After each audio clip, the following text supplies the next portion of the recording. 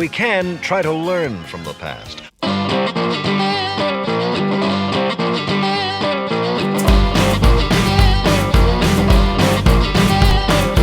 Hey guys, hello gorgeous.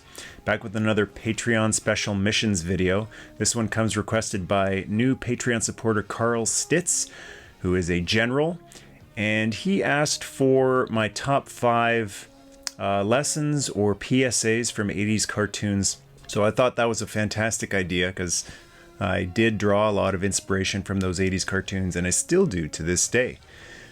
When I started going down the rabbit hole to look for some of those great lessons from shows like HeMan, She-Ra, Brave Star, even the PSAs from the end of G.I. Joe had a lot of common sense, good lessons.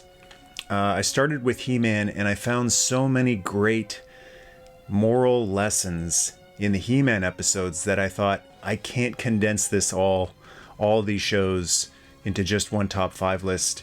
I would like this to be a series, so I'm going to start with the top 5 He-Man lessons from the end of the episode, and then as I go on, I'll do the top 5 She-Ra lessons, top 5 Brave Star, top 5 G.I. Joe lessons, and I do really enjoy those end of episode wrap-ups from the He-Man episodes because sometimes when you watch an episode, as kids especially, we might focus a bit more on the action aspect of it, or a new character being introduced. There's Roboto, or there's Cyclone, and we miss the lesson. So I think that was a fantastic way for Lou Scheimer and Filmation to get us back to what's important, that all of the fun and the action is great, but the important thing about He-Man, the show, was the moral lessons. I mean, yes, they were trying to sell action figures and keep people employed so that they could pay their bills and feed their families, but I really believe that Lou Scheimer was one of the most good-hearted people in the entertainment business, and the fact that each episode ends with these moral lessons that I don't feel are heavy-handed. I don't think they're ham-fisted. I think they're very beautiful, and as I was going through, there's a supercut on YouTube if you search for He-Man lessons. Going through that supercut was extremely inspiring. I was very moved by just watching all of these lessons back to back to back, because I think we have gotten really far away from that in terms of the entertainment that we consume. We've gotten so far away from that to watch this supercut of all of these really powerful, timeless messages, all one after another, I was extremely inspired, and it once again reignited my passion for He-Man. So it was really hard to pick just 5 of these because they're all so good, but these are my 5 personal favorites, the ones that really resonated with me, and I think shaped a lot of who I am today. So in no particular order, we'll start off with courage. Today, I want to talk to you about courage. Now, courage not only means being brave in the face of danger, it also means having the strength to say no when your friends are trying to talk you into doing something you know is wrong.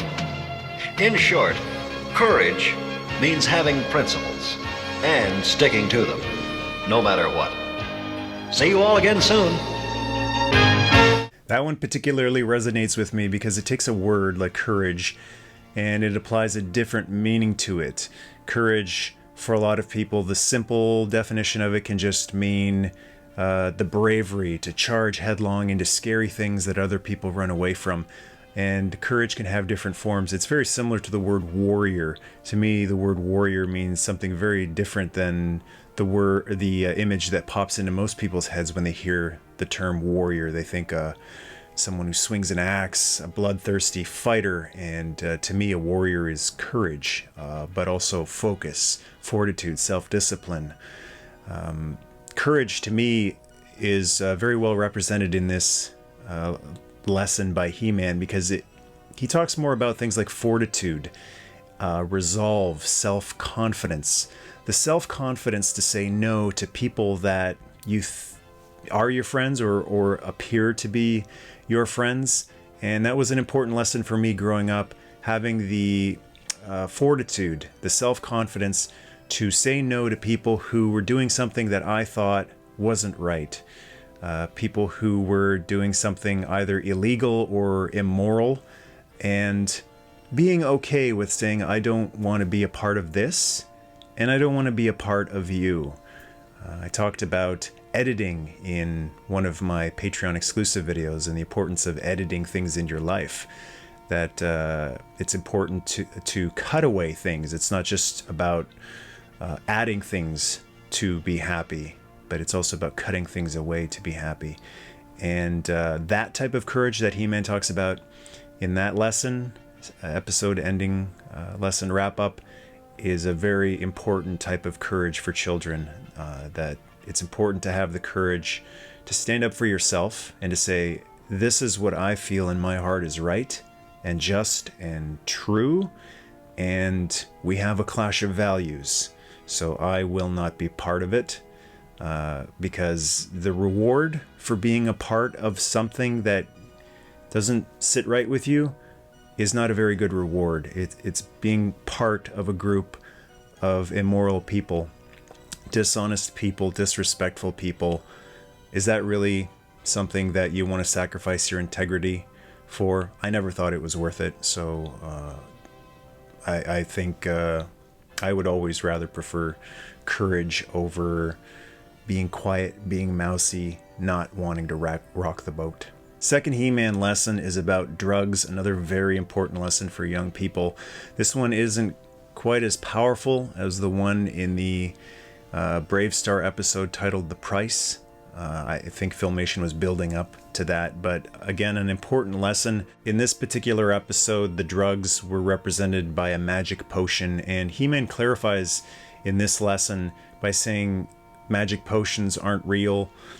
He does clarify the difference between prescription drugs and recreational drugs, that it's important to know that there are medicines that doctors can prescribe that are very helpful. But it's also important to understand that those are controlled, those are very carefully prescribed, given and taken, and the street drugs are the dangerous stuff. Again, you have to have the courage to say no, you have to have the fortitude to say no, and the self-confidence to say, I don't need it. I don't need it to fit in, and I don't need it to feel good or be happy. I can figure out other ways, natural highs like exercise or eating healthy or just having a positive attitude. In today's story, Elena tried taking a magic potion which she thought would help her. Well, she found out there aren't any magic potions. And you know what? There aren't any magic drugs either. Anytime you take one from anybody but your parents or your doctor, you're taking a very big chance. You're gambling with your health, maybe even your life. Drugs don't make your problems go away. They just create more. And that's such an important thing to remember too, that they don't make your problems go away. They do just create more, and that applies to alcohol as well. There's lots of things in life that people try to use in order to escape their problems, to unwind is another word they use. And I believe in not escaping. I believe in confronting. I believe in meeting those things head on, those uncomfortable things, those scary things, those difficult things, because when I meet those things head on, they are never as scary or as uncomfortable as my mind imagined them to be. And after years of doing that, of having that mentality, just like a muscle, you're going to build up a tremendous amount of courage, and you're going to face all of those uncomfortable or scary or unpleasant things head on. You're going to thrive on it instead of your knee-jerk reaction, your automatic response feeling like, I just want to get away. You're going to thrive on it. Third lesson is about shortcuts. In today's story, Skeletor was looking for a shortcut, a quick way to riches and power. You may know some people like that, always looking for the quick way to get ahead of everybody else. Well, it doesn't work that way. The people who succeed are the ones who work for what they want. So don't be fooled by those who say they have a sure thing. There's always a catch to it. Don't sell yourself short. The right way is the best way. Until later. That was an important lesson for me, and I feel like I say it almost every single week to somebody, that it's not the result, it's the effort. There's so many people who try to do something and then they feel as though they've failed, that the result isn't to their satisfaction, and they get very frustrated. It's the effort, not the result. If you really focus on the effort, if you revel in the effort, and if you take pride in the effort, not in the result, not in the championship, in the trophy, the award, the paycheck, the bonus, whatever the end result is, if you don't care about that stuff, the comments, the adulation, the kudos, if you just focus on the effort that you put into something, that becomes ultimate. That's paramount.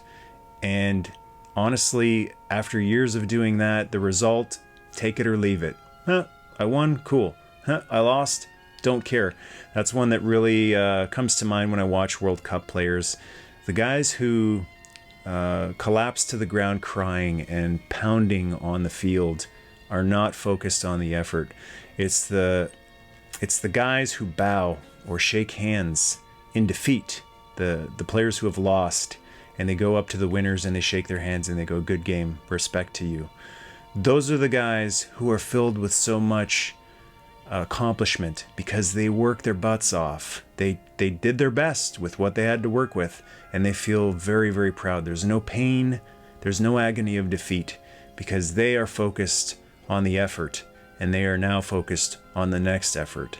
The result, who knows? Sometimes it's a coin flip, sometimes it's pure luck. There's so many factors that can muck up a result. So it's important to always remember that it's the effort, and people who take shortcuts don't have that feeling. The shortcut robs you of the effort, of your maximum effort. That's why I've always done things, in my opinion, the right way, as HeMan says. Some people have accused me of doing things the hard way. That's not the way I see it. I just see it as doing it the right way so that I can get the fulfillment out of that maximum effort. Lesson number 4 is about the power of change. As you saw in today's story, people can change. Right, Tila. Sibylline had always been an evil sorceress, but she was able to change her ways for the better. Maybe there's something about yourself that you don't like. A bad habit, maybe. It's easy to say I can't change, but the truth is, you can change almost any behavior if you really want to. And the first step is saying to yourself, I can. How many times have you heard someone say, I can't change, I can't do it, I wish I could do this, but I can't? Or maybe you have said it yourself. The most typical one is weight loss, and that's something that I've, I wouldn't say struggled, battled, been challenged by my entire life. When I was young, I was quite overweight, and I decided when I was a teenager that I made the choice that I can change. And it was difficult. It was one of the first real difficult challenges of my life, but I stuck with it. I refused to quit, and I ended up losing quite a bit of weight. And sometimes life gets in the way, and there are things that will pack on the pounds. And there have been a few times where I've gained some of the weight back, but when I made the decision to lose the weight, again, get back into good shape, because I feel better when I'm at a lighter weight. Less pressure on the knees as you get older, less girth to haul around, easier to get out of bed, especially first thing in the morning. I don't ever tell myself I can't do it. I just can't. A lot of older people immediately say that. It's harder when you're older. Yeah, it's more difficult, but it's not impossible. You notice people don't say, it's impossible. It's so impossible when you get older. No, it's not impossible. It's harder. And so rise to that challenge. Face it head on and just keep telling yourself, I can. It is within the realm of possibility. Keep telling yourself, I do have the potential. Even if it's not weight loss, if it's something else, if you want to spend more wisely, if you want to stop getting so stressed out about things, you can change anything about yourself, but you have to make peace with the fact that it takes time, it takes patience, and it takes sacrifice. You do have to pay something for it, and sometimes it's a very high price. If you have a giant sweet tooth like me and you want to lose some weight, that's a high price, but sometimes you have to go with the salad instead of the cake. If you want to get out of debt, the price is you have to stop buying things. You have to look at things and go, I have to make this sacrifice, because you have to make the goal, the change that you want, more important than that thing that has a price tag on it. You have to change your value system. The change that you want, you need to make that cost in order to make that change more important than the other costs. And it wouldn't be a top 5 list of He-Man lessons if there wasn't one lesson about love. Today's story was about love, but a very special kind. It was about the love a parent has for a child, and I bet that's the strongest kind of love there is, cause for one thing, there's just about nothing that can change it, no matter what. Maybe like Adam's father, your parents find it a little difficult to say, I love you. Even so, you can be sure they do. Besides, let me ask you something. When was the last time you said, I love you, to them? Bye! I particularly like that one because he does bring up how difficult it is for people to say those 3 little words, and in the entertainment world, TV, movies, comics, it's very easy for a writer to write the words I love you for one character to say to another, and it's nothing for a performer to say it, because a performer, an actor, will say anything that's on the script. That's what they're paid for. But in real life, it's a little more difficult for people to look each other in the eye and to say I love you, because it's an incredibly vulnerable feeling in order to open up and to say that. It's one of the most vulnerable things a person can say to another. I mentioned warrior, the term warrior, earlier in the video, and one of the definitions of warrior for myself is that a warrior is not about invulnerability.